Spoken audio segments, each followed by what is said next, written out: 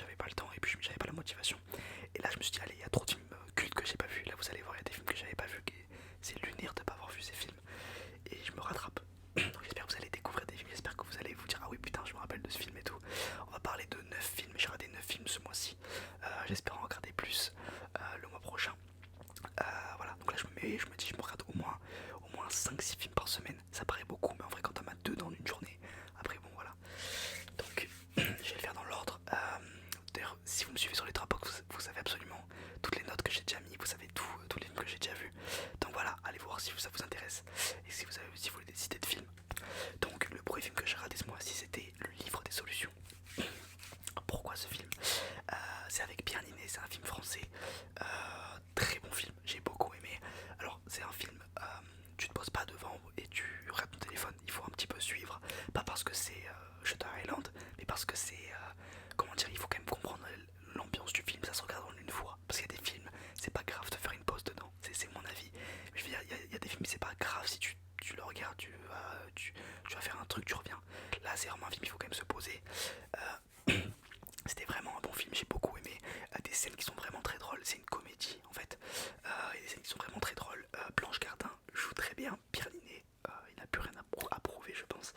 Et là vraiment pour le coup c'est vraiment le genre de film qui lui va. Jouer un petit peu le mec, un petit peu speed, un petit peu perdu, un petit peu voilà, ça lui va bien. Puis il y a d'autres films où je trouve que je vais en parler après. Mais il y a des films où je trouve que c'est moins lui. Enfin évidemment qu'un acteur n'est pas censé jouer son propre rôle. Mais on se comprend, il y a des acteurs qui peuvent pas tout jouer, et c'est logique. Donc voilà, et c'est un film qui est dispo sur Canal+, voilà, si vous voulez le voir, il est vraiment bien, vraiment il y a des scènes très drôles, voilà, mais ça fait longtemps qu'il est sorti je crois. Ensuite j'ai regardé La Liste de Schindler, un petit peu moins marrant, un petit peu plus triste. Alors c'est un film, voilà, ça c'est typiquement un film culte que je n'avais pas vu, et c'est grave de pas avoir vu ce genre de film. En réalité non c'est pas grave, mais c'est plus pour sa propre culture, voilà, il y a des films qu'il faut avoir vu. Donc c'est un film de Spielberg je crois, oui. Et l'acteur je ne pourrais pas vous dire son nom, je suis désolé. C'est un film qui dure 3 heures, donc un très long film, dramatique, pas du tout comédie. C'est un film sur la seconde guerre mondiale. C'est vrai que j'ai pas dit le premier film. Le premier film c'est un film sur un réalisateur qui essaye, comment dire, qui essaye de réaliser son film, mais qui est un peu fou. Voilà, là je vous ai vraiment un petit speech. La Liste de Schindler c'est, pour être très large, c'est 39-45. C'est la seconde guerre mondiale, c'est la déportation des juifs, et en gros l'histoire vraiment, pour être plus précis là-dedans, c'est Schindler, c'est un entrepreneur allemand euh, qui a sauvé des centaines de juifs, milliers, je sais pas si j'exagère. Voilà, je vous laisse regarder le film, je vous en dis pas plus, mais là je vous ai pas spoilé, c'est vraiment le speech du film. L'important c'est comment il les a sauvés, pourquoi, voilà bref. Le film est vraiment très prenant. Là pour le coup c'est pareil, un film qu'il faut regarder en une fois, même si c'est long. Voilà, ça te prend, après tu regardes un petit peu le plafond pendant 20 minutes. Voilà, mais c'est vraiment... Il y a des scènes qui sont, voilà, c'est pas destiné à tout le monde, si ça peut marquer, ça peut choquer. Voilà, mais c'est un très bon film, je conseille, et c'est en noir et blanc, ça peut un petit peu calmer certains. C'est pas parce qu'il est vieux, hein. Je crois que c'est un film des années 90, juste c'est... Je sais pas pourquoi il a fait ça, peut-être pour atténuer la violence des images, je sais pas. Ensuite, j'ai vu Ex Machina. Alors, je ne vous conseille pas ce film pour plein de raisons. L'acting n'est pas mauvais, c'est le seul point positif de ce film. Voilà, fin des points positifs. Ex Machina, c'est pour faire simple, c'est un mec qui travaille dans une, disons Google. En vrai, c'est Google, mais ils le disent pas. Ils utilisent un autre mot. Bref, il travaille pour Google et genre c'est un des meilleurs. Et son patron fait gagner un séjour chez lui, chez le patron, qui habite dans une maison de fou, je sais pas où. Et pour développer un projet. Voilà, fin de l'anecdote sur l'intelligence artificielle. Voilà, comme ça je vous dis pas plus. Vraiment pas vous spoiler. C'est pas un mauvais film, mais c'est pas un bon film. C'est vraiment un film que, si vous avez vraiment vu quasiment tous les films connus, oui, vous pouvez vous le mater. Et en vrai, il est bien réalisé. Enfin, je veux dire, il n'y a pas trop de longueur, je trouve. Je trouve ça va. Le film est bien réalisé, mais l'histoire n'est pas dingue. C'est ça que je veux dire. Quand l'histoire n'est pas dingue d'un film, c'est dur. Et pourtant, ça aurait pu être bien. Vous voyez ce que je veux dire? Bref, je vous laisserai le regarder. L'acteur, les deux acteurs sont plutôt bons. Donc voilà, allez le voir.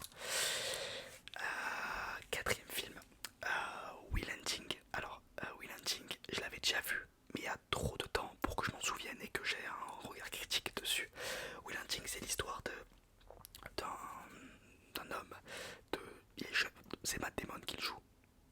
Il est très jeune dans le film, il a 18 ans je crois, c'est ça, et c'est un surdoué, plus que ça même, c'est un génie. Et c'est un mec en même temps qui traîne dans les... je sais pas si ça passe à New York, je crois que oui. Il traîne un petit peu dans le Bronx, enfin je veux dire c'est pas un mec, voilà, il fait un petit peu de la merde. Et il rencontre un professeur qui fait tout pour qu'il se surpasse, sauf que lui il veut pas faire ça, bref. C'est un très bon film. Pour le coup je vous le conseille, si vous l'avez pas vu, c'est avec Robin Williams, je crois, Matt Damon et un autre acteur très connu. Qui a joué un des Batman vs Superman, Ben Affleck et un autre acteur connu. Bref, c'est un très bon film qui date un petit peu. Il y a certains passages qui ont un peu mal vieilli, des passages un peu trop américains à mon goût, je veux dire allez Bradley, vous voyez ce genre de passage. Bon, mais c'est un bon film, honnêtement c'est un bon film, il faut l'avoir vu. Et il y a vraiment un aspect psychologique, un aspect introspection, donc vraiment, il est vraiment bien à voir. Voilà, très bon film. Ensuite j'ai vu Killer of the Flower Moon. Alors je me baladais sur Canal Plus et je me dis ouais mais il est alloué ou il est gratuit le film. Parce que je paye Canal donc il est pas gratuit, mais je veux dire il est pas alloué. Je me dis mais en fait je vais grave le regarder. D'ailleurs il y a l'offre RA+, RAT+, de Canal Plus qui englobe Disney, Netflix, Canal Plus, OCS, Paramount, bref Apple TV même. Il y a plein, il y a tout. Et c'est à 20 € par mois si vous avez moins de 26 ans. Foncez si vous avez les moyens. Moi je regarde tous mes films sur du coup toutes les plateformes. Voilà, je vous donne ça, je vous glisse ça au milieu. Donc Heroes of Flower Moon, c'est l'histoire d'un... pas d'un, c'est l'histoire des Américains, des Américains, des Anglais qui sont venus s'installer aux États-Unis après la Première Guerre mondiale. Le film dure assez longtemps, hein. C'est pas sur 15 jours, c'est sur plusieurs années. Et en gros, ils se sont mariés avec les Indiennes qui étaient là-bas, les Indiens d'Amérique. Les hommes se sont mariés avec les Indiennes, il y a eu des meurtres. En gros, c'est un film Scorsese en fait, c'est Scorsese qui est un de mes réalisateurs préférés. J'ai bien aimé le film, c'est un bon film. J'ai pas passé un super moment. Voilà, je vous conseille de le regarder. C'est un film à voir, mais ça va pas changer votre vie. Il est bien. Il y a Leonardo DiCaprio, De Niro, donc des très bons acteurs. Mais bon, un peu long. Ça c'est mon opinion. Il y a des films qui sont longs et qui sont justifiés. La liste de Schindler, c'est l'exemple parfait. Mais Killers of the Flower Moon ne mérite pas 3h30 de film, je trouve. Mais il y a des très bonnes scènes par contre. Et c'est très bien réalisé. Mais bon, ça c'est Scorsese, c'est le minimum qu'on lui demande. Voilà, donc allez le regarder si vous avez du temps. Ensuite, c'est Donnie Brasco qui est dispo sur Netflix. C'est un très bon film de gangster. Non, j'exagère, c'est un bon film de gangster. J'aime beaucoup les. En fait, je pends un petit peu sur les films de gangster. Je pense que ça se voit. C'est vraiment un bon film. C'est avec Johnny Depp et Al Pacino. C'est des mecs qui savent jouer la comédie. Enfin, qui savent jouer le. Qui sont pas mauvais en acteur. C'est un film. Il date. Johnny Depp était vraiment très jeune et Al Pacino était pas trop vieux. C'est un film qui raconte l'histoire d'un policier infiltré dans la mafia new-yorkaise. Voilà, je peux pas vous dire plus. Et encore une fois, c'est un film qui s'étale sur des années. Donc ouais, vous voyez vraiment le personnage évoluer. Ça c'est cool, j'aime bien les films comme ça. C'est un très bon film, très bien réalisé. Encore une fois, je sais pas qui l'a réalisé, c'est pas un réalisateur connu de nom en tout cas. Enfin, peut-être pour les cinéphiles, en tout cas, c'est pas Nolan, voilà, Fincher. C'est pas des mecs, voilà. Mais c'est un très bon film.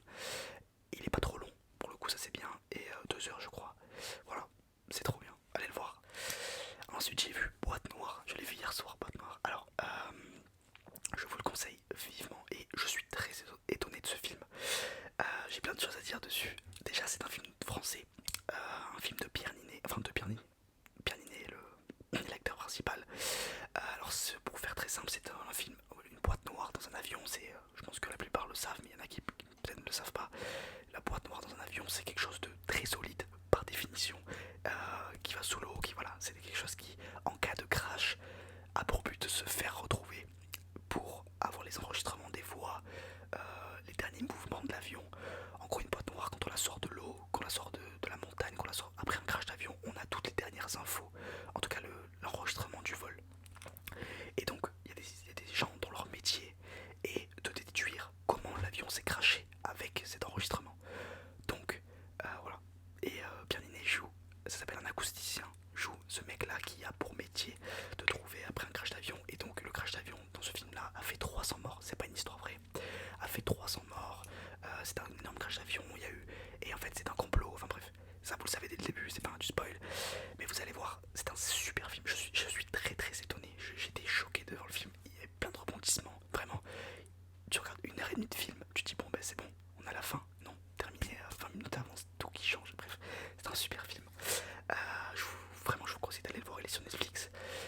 Il date un petit peu, enfin 3 ans je veux dire, il est pas sorti hier. Et qu'est-ce que je voulais dire d'autre? Oui, il y a aussi un truc qui m'a fait rire, c'est que j'ai vu il y a un peu plus longtemps un film de François Civil en sous-marin. Alors le nom, j'ai oublié le nom honnêtement. Je pense que vous avez dû le voir, vous le connaissez. Et je trouve ça super drôle que genre François Civil et Pierre Ninet, on les compare très souvent. Il y en a un qui a fait un acousticien pour les airs, pour l'aérien, un qui a fait un acousticien pour les sous-marins. Ils font des films ultra similaires. C'est vrai, ça m'a fait rire. Je pense qu'il y en a qui ont dû se faire la remarque aussi en voyant les deux films. Bref, c'est un très bon film. J'ai vu encore 2 films ce mois-ci. L'avant-dernier c'est Nous les Leroy. Alors ça c'est un film que j'ai vu au cinéma. Ça faisait des mois que j'étais pas allé au cinéma, j'avais pas eu le temps. Je suis trop heureux d'y être allé. C'est un super film. Alors Nous les Leroy, c'est un film de Florent Bernard, je pense que vous le connaissez. C'est il a écrit et réalisé ce film. C'est une comédie. J'allais dire comédie dramatique, c'est un grand mot. C'est une comédie, c'était pas qu'une comédie, c'est ça que je veux dire. Il y a un petit peu, il y a un fond un petit peu, voilà. Les acteurs sont José Garcia, Charlotte Gainsbourg. Il y a 2 acteurs aussi qui jouent les enfants. Et encore pour faire simple, c'est un couple, donc Charlotte Gainsbourg et José Garcia. Et Charlotte Gainsbourg veut se séparer de José Garcia. Et lui il fait tout pour la garder, entre guillemets. J'ai beaucoup aimé la fin, parce que c'est pas ce à quoi on s'attend. Et voilà, les 2 acteurs qui jouent les enfants sont très très bien, très très bons. José Garcia c'est pas son meilleur rôle pour être honnête, je l'ai pas trouvé excellent. Charlotte Gainsbourg par contre excellente dans ce film, donc vraiment moi j'avais jamais vu un film de Charlotte Gainsbourg. Je sais qu'elle faisait de la musique mais vraiment elle m'a étonné, elle joue très très bien là, elle joue très bien. Il y a des super, le film est très très drôle, vraiment j'ai rigolé, ça fait longtemps que j'ai pas rigolé comme ça devant un film. Et voilà, c'est un super film, allez le voir au cinéma. Si vous devez aller au cinéma, n'allez pas voir des films de merde, allez voir ce film. Et le dernier film les amis, c'est Inglourious Bastard. Alors Inglourious Bastard, je pense que énormément d'entre vous l'avez vu. Et en fait, je l'avais déjà vu mais pas bien. Il passait à la télé, voilà, quand t'es petit, je m'en rendais pas compte et tout. C'est un super film. Alors Christopher Waltz, Brad Pitt, d'autres acteurs très connus, le réalisateur, je sais plus qui a Tarantino. J'en ai vu des films de Tarantino, j'ai vu Pulp Fiction, j'ai vu Once Upon a Time in Hollywood, j'ai pas vu Kill Bill, non c'est vrai. J'ai oublié les films qu'il a fait. Bref, j'en ai vu quelques-uns. Je trouve, dans mon opinion, que c'est le meilleur. Peut-être parce que Pulp Fiction m'a pas trop touché, mais Inglourious Bastard est vraiment un super film. Christopher Waltz joue trop bien, mais vraiment trop bien. L'histoire est géniale. J'ai mis du temps à comprendre que c'était une fiction. C'est une fiction basée sur des faits réels, c'est-à-dire qu'en fait c'est encore une fois 39-45, les nazis et les juifs, mais une histoire qui n'est jamais arrivée en réalité, vous allez le voir dans le film. C'est génial, vraiment. Et ça se passe en France en plus, les 3/4 du film, même les 9/10 du film se passe en France, du coup c'est génial. Vraiment allez le voir, je vous le conseille, ce film est trop bien, il est sur Prime Video.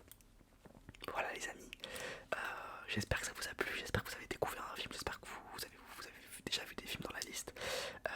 Merci beaucoup, envoyez-moi des films à regarder, des films connus, m'envoyez pas des trucs de 1960, je suis pas non plus un cinéphile, j'aime bien les films